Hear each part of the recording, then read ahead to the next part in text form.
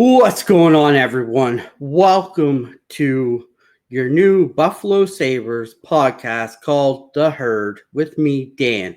You can find me on Instagram at the herd26. This is going to be something new. We're going to dive in and we are going to be covering the Buffalo Sabres for a long time. So this is our new channel. Hope you guys enjoy. First things first, you can see we got a nice new logo, the Herd. It's great. I just wanted to give you a little bit introduce about myself. I did host a show called HockeyStickTalkNation. It was a great show. I had on some great guests, but I wanted to venture out and do something a little bit different and cover just a team. And so we're going to be covering the Buffalo Sabres because I really think this team looks great on paper and off paper, and it's something we can all do together and enjoy and grow with. So, yeah, we got a couple good talking points here. So, hope you guys enjoy this. Make sure to hit that like and subscribe. It really helps the channel grow. And leave a comment. I'd love to hear you guys' thoughts on some of these topics we're going to be talking about. So make sure to leave a comment, and I always write back to comments. So let me know what you guys think, and if you enjoy this or if you don't, let me know. Either way, I like to hear all your guys' thoughts. So first off, we're going to get into some signings and free agent trades that the Buffalo Sabres have done this offseason so far. So I wrote down a few significant trades that we're going to be talking about. First off, on June 26th, the Sabres acquired Josh Doan and Michael Kesselring from the Mammoth for J.J. Peterka. So I know this trade has a lot of people in Buffalo scratching their heads. Like, you have J.J. Peterka, who is a proven scorer, great guy, locker room loves him. Homegrown talent, really. He came up, drafted by Buffalo, came up through the system. Now he's off to the Mammoth, which he's really going to help that team quite well. But a little bit about Josh Doan and Kesselring that we're receiving back from the Mammoth. Josh Doan was a second-round pick in 2021. He's a hard-working forechecker, which the Buffalo Sabres desperately need since they got rid of Cousins. So this guy's going to fill in. If you don't know, Josh Doan, he is the son of Shane Doan, an all-time Coyotes great, and Winnipeg Jet too as well.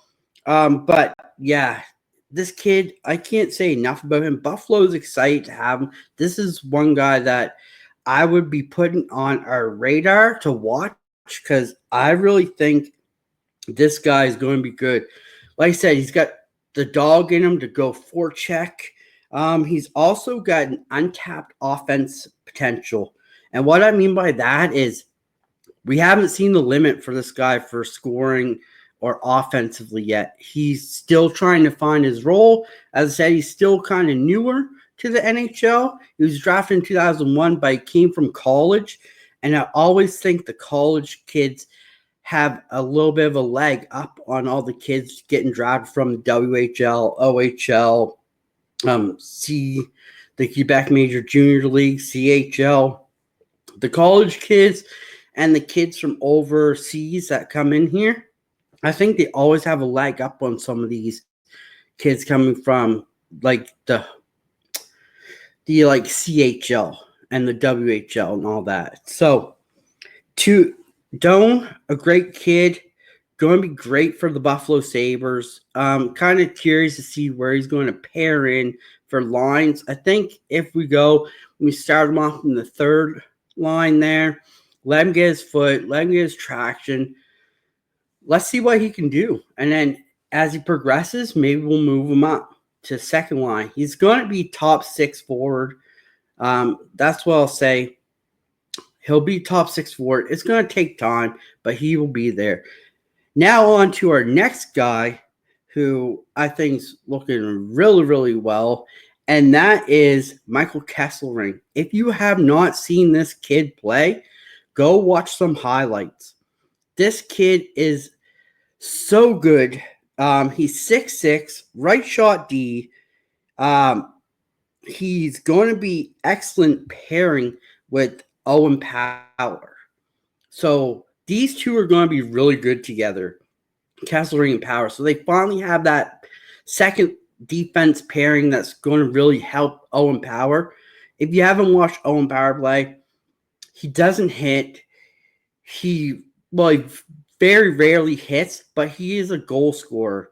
And he can play great D. But what Kesselring's going to bring is he's going to bring that steady defensive presence with Owen Power. So Owen Power can kind of jump into the rush a little bit. And that's going to help the Buffalo Sabres in two ways. It's going to solidify a little bit of their defense in the back end with Power. And Power's going to have a little bit more opportunity to jump into that play, which is going to help Buffalo with some more scoring presence and stuff like that. So this trade here, I think, is probably the biggest one so far of the offseason. Not by the names per se, to like the bigger names per se to trade, but I think this is a trade that we really got to watch and see how it plays out. I mean, JJ Peterka is going to be a huge part missing out of Buffalo, but he's also going to do really well with the Mammoth too. And I think the two players that we got back are really going to play well here in Buffalo. So yeah, that's just a little bit of that trade, my thoughts on it. I would say, to be honest with you, I'd say Buffalo wins this trade, but it's hard to see Peterka go, especially when you got homegrown talent. You really want him to succeed, but it's a business. So Buffalo wanted something, and they got something, which I'm really excited to see this. So, and then on June 28th, the Sabres acquired Connor Timmins and Isaac Bellevue from the Pens for Connor Clifton. This is a nice little trade as well. We kind of shift Clifton off. He didn't have a great year for us. And by no means are we going to hold it against the guy. He played his heart out for us. But I really like this pairing coming in. Yeah, Isaac Bellevue, who's a 20-year-old defenseman, and you got Connor Timmins, another great defenseman, who's going to pair well in our third to fourth D slot. He still is unsigned yet, but we still got lots of time. We'll sign him for a good deal. It's not going to be crazy, but it's going to be what he's worth. And he's going to help that top 6D there as well. He's going to be on third line D, which is going to give us a little bit more of a defensive presence there as well. Bellevue, you might see him up this year. I doubt it. He'll probably slide into the AHL and play there for a while. Maybe if someone gets hurt, they kind of bring him up. But Connor Timmins, I think, is going to be a really good fit for this the third line D there. It's just going to be who they pair him up with, I guess. So yeah, that's a good little trade there that kind of is good for both teams. Pittsburgh's getting a solid defenseman in Connor Clifton. Hopefully he can have a bounce back year for the Pens, but the Pens are in rebuild as well. Buffalo, it's good to see that we're kind of getting the defense pairings right now. Now we got our top four, which is going to be really good. So I'm not worried about top four. It's the third line D that I'm still iffy about, but with Connor Timmins, I'm feeling okay with that. And then on July 1st, we traded away Sam Lafferty to the Chicago Blackhawks for a 6th-round pick. So this is just to get rid of some cap space, pretty much. Sam Lafferty played really well here in Buffalo. I can't say anything bad about him because Sam Lafferty is a dog. And what I mean by that is, you know what you're getting night in and night out. He's going to play hard. He's going to score you a couple goals, but he's going to be in the trenches. He's going to be battling. He's going to go to the front of the net. He's going to stick up for teammates. So this one is a really good pick or send to Chicago. It's going to help beef up that team a little bit. We got a 6th-round pick out of this, which is great. Nothing wrong with 6th-round picks. There's some guys that can come out of a 6th-round pick that can be really good. So that's a little bit about that trade. Signing-wise, on June 27th, we signed Jack Quinn to a 2-year deal for an AAV of $3.375 million. Great deal. Jack Quinn is going to be huge for this team going forward. Another guy that has grown in the system, drafted by Buffalo. So this guy's going to be really good. Got him at a steal, too, for another 2 years for $3.375 AAV. So that is a great contract, team-friendly contract. And now he can prove himself. So this is going to be really good to see where Jack Quinn really goes from here. He's got the contract. He doesn't have to worry. Now it's time to play. Let's see how he does this year. Then on July 1st, the Sabres re-signed this is probably the biggest re-signing so far for them of this year. And that is McLeod signs a 4-year deal for an AAV of $5 million. That is a great, great deal. McLeod, fast skater. You can put him out in any situation, defensively, offensively. If you need a goal, if you need to shut down a player. This is a huge sign with Ryan McLeod. I love this kid. He does everything right. He plays the game right. He plays hard. He plays physical. He's got the goal-scoring touch. He can pass. He's just a coach's dream, and he can slot right in there on your top line, or you can put him in on your checking line. It doesn't matter. This kid will play. Huge, in my opinion, off-season signing was keeping Ryan McLeod here in Buffalo. This is going to pay dividends, and I'm really, really loving this one. And this one is my, under the radar, huge re-signing for Buffalo. So I can't wait to see Ryan McLeod next year.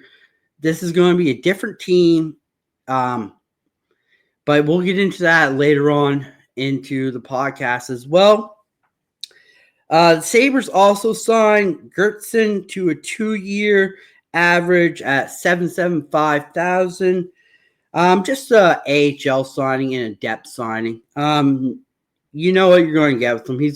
You might see him in the lineup throughout the year, but he's just going to be an AHL guy, just to solidify down there as well. Sabres signed Tyson Kozak for a 3-year deal. Another Buffalo guy drafted AHL. I assume you'll see him play a couple games here in the NHL. He's definitely going to be battling for that one roster spot that's still available, along with a couple of these other guys. So this one's going to be good. Kozak played really well last year in the AHL, so great signing. Sabres also signed via free agency Alex Lyon to a 2-year deal.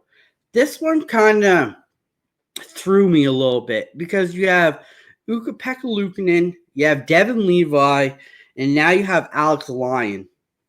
And I can see your opening day starter is going to be Ukko-Pekka Luukkonen. You're going to have a backup in Alex Lyon. One of those gets hurt, Devin Levi is going to jump in. Yet Devin Levi is still unsigned as I'm recording this, but you could sign him for a very, very cheap deal. He's going to go down to AHL, which is good. He's going to develop more. Hopefully he starts there and he gets more games played, but you're going to see him come back up to the NHL once one of these goalies get hurt, and hopefully he can ride with it. Hopefully he gets in there, he gets in the crease, and he can play. Because Devin Levi is an amazing goalie.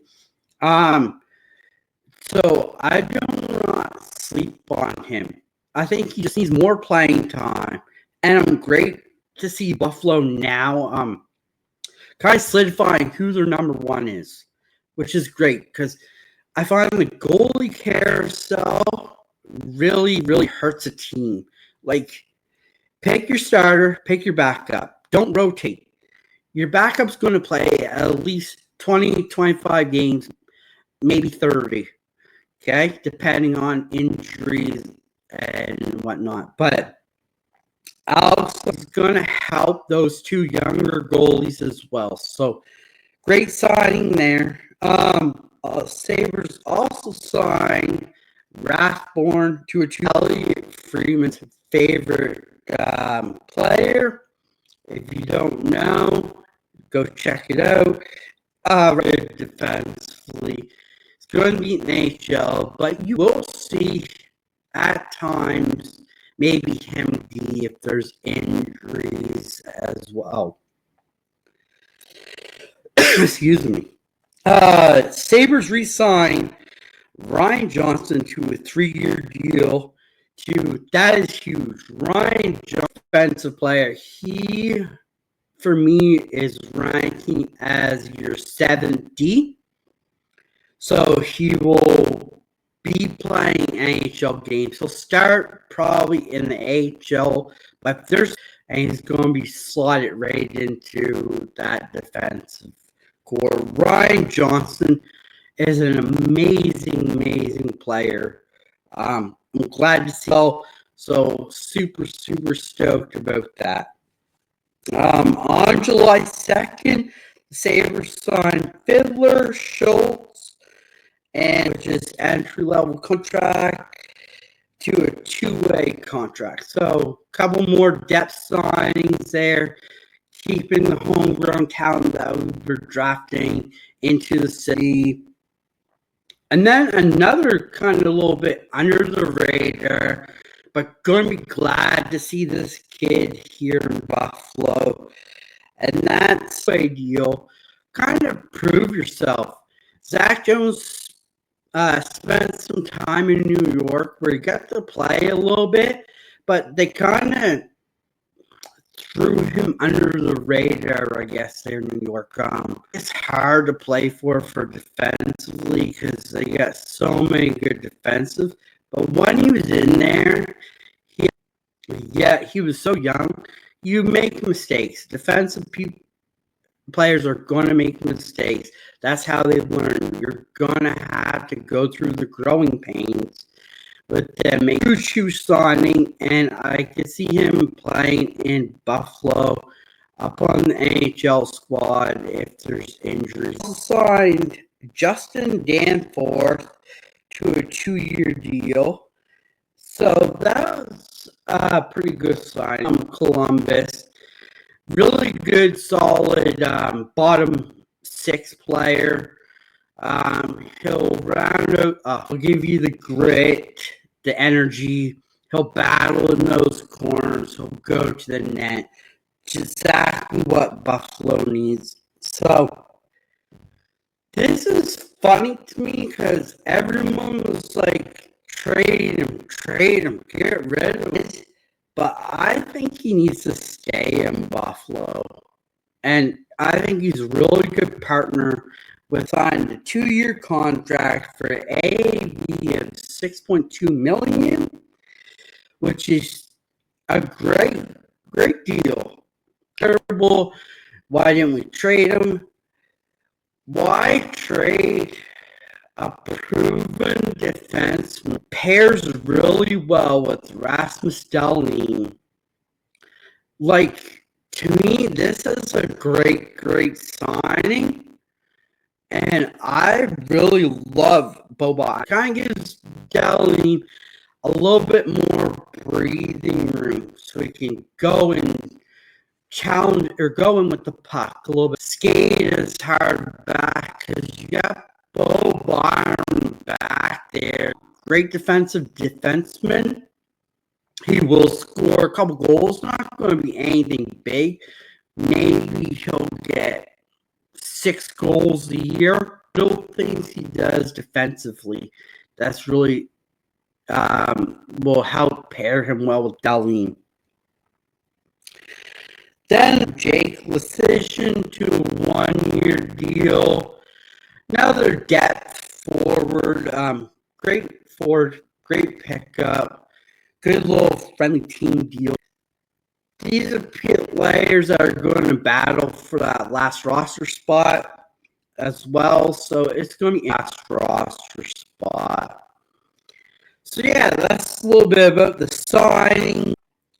So let's talk about the draft picks this year, because this is really working. Because Buffalo's got some really great talent. They're just building up the decor a little bit more, which is great to see. So this year selected Radman Marka, 6'6" defenseman, played with Seattle in the WHL 2024-2025 season. He played 43 games, scored 3 goals. This is a huge defenseman. A great pick by the Sabres. Right shot D. I honestly could see him battling for the thing from Buffalo. I'd let him develop a year. Send him back or send him to the AHL. Let him develop. Don't rush him in. Because this kid wanted to be in Buffalo. When he got drafted, he was so heart, grit, and he wants to be the best player he can be. And that is huge. So would not rush him into the NHL right now. A bit more. Maybe a year or two, kind of bring him in, play a couple games, come in, let him play the last 5 or 3 games, kind of get him to see the NHL level a little bit.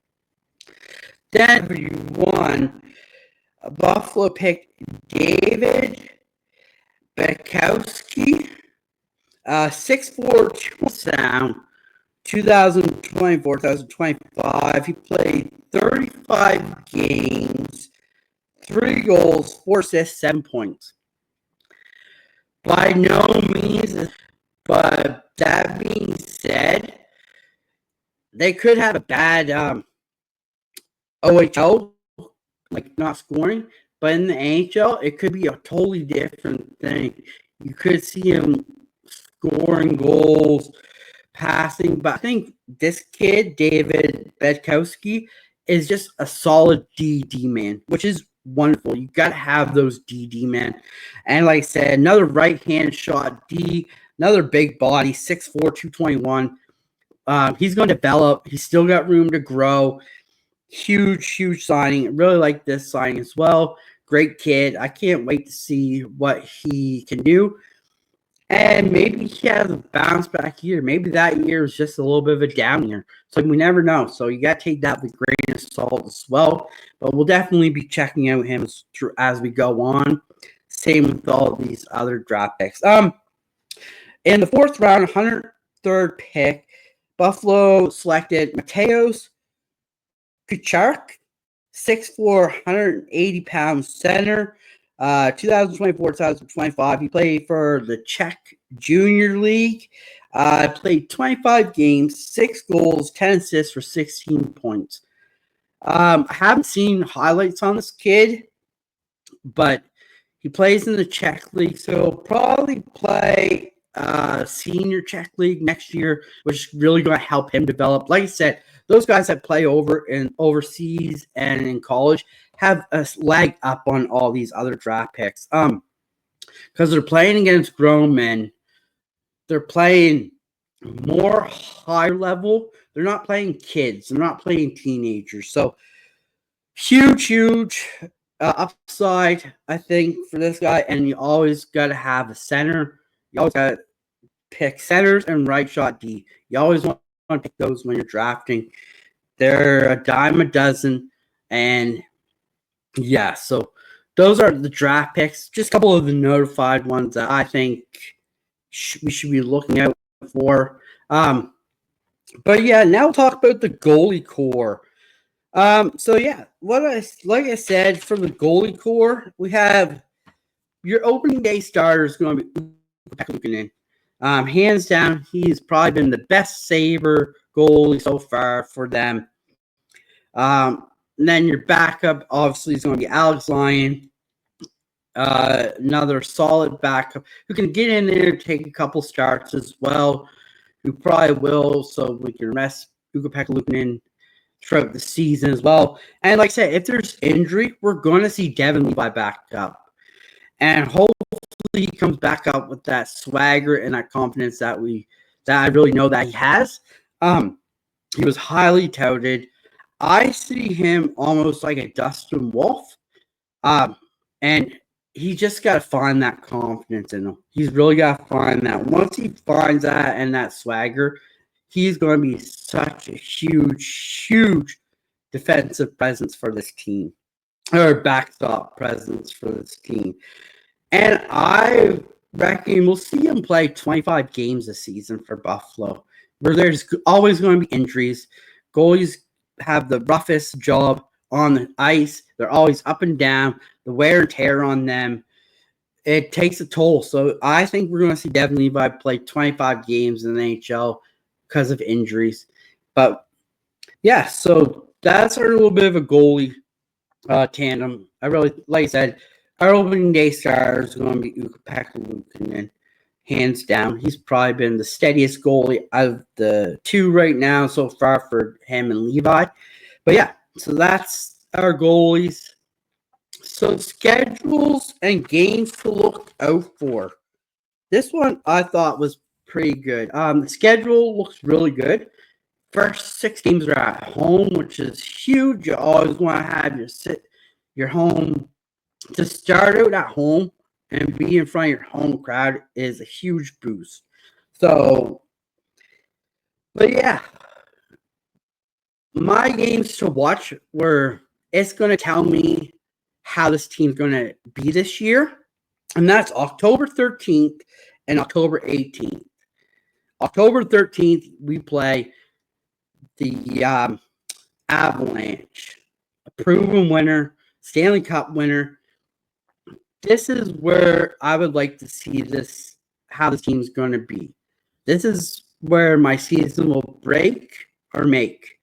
Because if they can play these the Avalanche team really well, we might have a really good season. To me, though, playing well is, even if they go into a shootout, they're tied, that's a win to me. If we're blowout, say 4-0, 5-0, 6-0, we don't even get a goal, that tells me that this team is still not ready yet, which is a shame because all the right pieces are in place. Then we play October 18th, and that is against the reigning Stanley Cup champions, the Florida Panthers, which I'm pretty sure every team is trying to copy their method. But the Florida Panthers are the best team in the NHL because they're so deep. They're not about the money. That's what the guys in the Panthers, they're not about making the money. They're about the culture, the team. They put the team first, and that's what you got to do to win cups. You got to put the team first. Stop putting your personal, I need this money. If you want to win in the NHL, you have to build a team. The key word here is team. There's no I in team. Look at Toronto. Great example. All this talent, but they can't put it together. Every one of those 4 players, 3 now, Marner's gone, was all selfish. They all wanted the money. So that's where you got to put your pride aside and think. A great example of this is Sidney Crosby, Nathan McKinnon. They took team-friendly deals forever because they wanted to win. They wanted to help the team. They brought in all these players to help the team because they could afford to. So great philosophy on those two players, and now they're getting paid for it. So definitely two games I'm looking out for this season, which is going to make or break the season for the Sabres and show me the compete level that they have in them. So on our next topic here, what to expect. So for me, what to expect this year is I would like to see them get a wild card spot. They were, 1 or 2 points shy of the wild card spot last year. Like I said, if you get in, anything can happen. Once you're in the playoffs, anything can happen. It's a different beast. 7 games, it's a grind. It'll be great to see these young players be in there, get the playoff experience. I'm not expecting anything huge. I don't expect them to walk away with it and win the cup, but I would love to see them get in, get the experience, and build off that. I think Rasmus Dahlin would excel in the playoffs, and I really want to see these kids in the playoffs. I mean, Buffalo, we deserve to see the Buffalo Sabres in the playoffs. It's been a grind, 15-year playoff drought. This is the year where they break the playoff drought. They're going to get the wild card spot, if not the 4th or 3rd spot in the standings. This is the year we get into the playoffs. I'm telling you right now, I feel it with this team. I feel the buzz. We get into the playoffs this year. So that's my expectations. My other thing is Lindy Ruff. Okay. He was here first time with Buffalo. We brought him back again. He's on his last leg of the contract. Same with Kevin Adams. Lindy Ruff is a good coach. I will not take that away from him. But if we do not make the playoffs this year, Lindy Ruff has to go. And as bad as it sounds, he has to go. He's not helping this team if they do not make the playoffs. That being said, if he does go, who would I like to see come in and coach this team? A great coach I would love to see come in and stay here, develop with these guys, and he will get the best out of them, is Jay Woodcroft, the former Oilers coach. I think he would bring a great voice to this Buffalo team.